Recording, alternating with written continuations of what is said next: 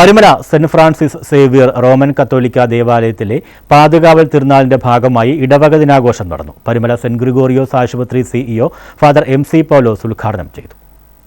Parumala saint Francis Xavier Roman കത്തോലിക്ക ദേവാലയത്തിലെ പാതുകാവൽ തിരുനാളിന്റെ ഭാഗമായി ഇടവക ദിനാഘോഷം നടന്നു.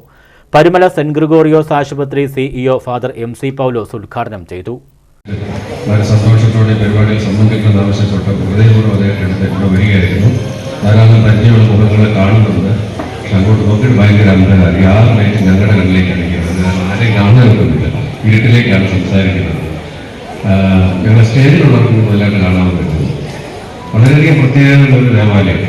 പരിശുദ്ധ ഫ്രാൻസിസ് പുണ്യവാളന്റെ തിരുശേഷിയും അതുപോലെ തന്നെ ഗ്രിഗോറിയോസ് പുണ്യവാളന്റെ തിരുശേഷിയും സൂക്ഷിച്ചിരിക്കുന്ന ഒരു ദേവാലയം. കുറച്ചുകൂടെ കുറച്ചതല്ല.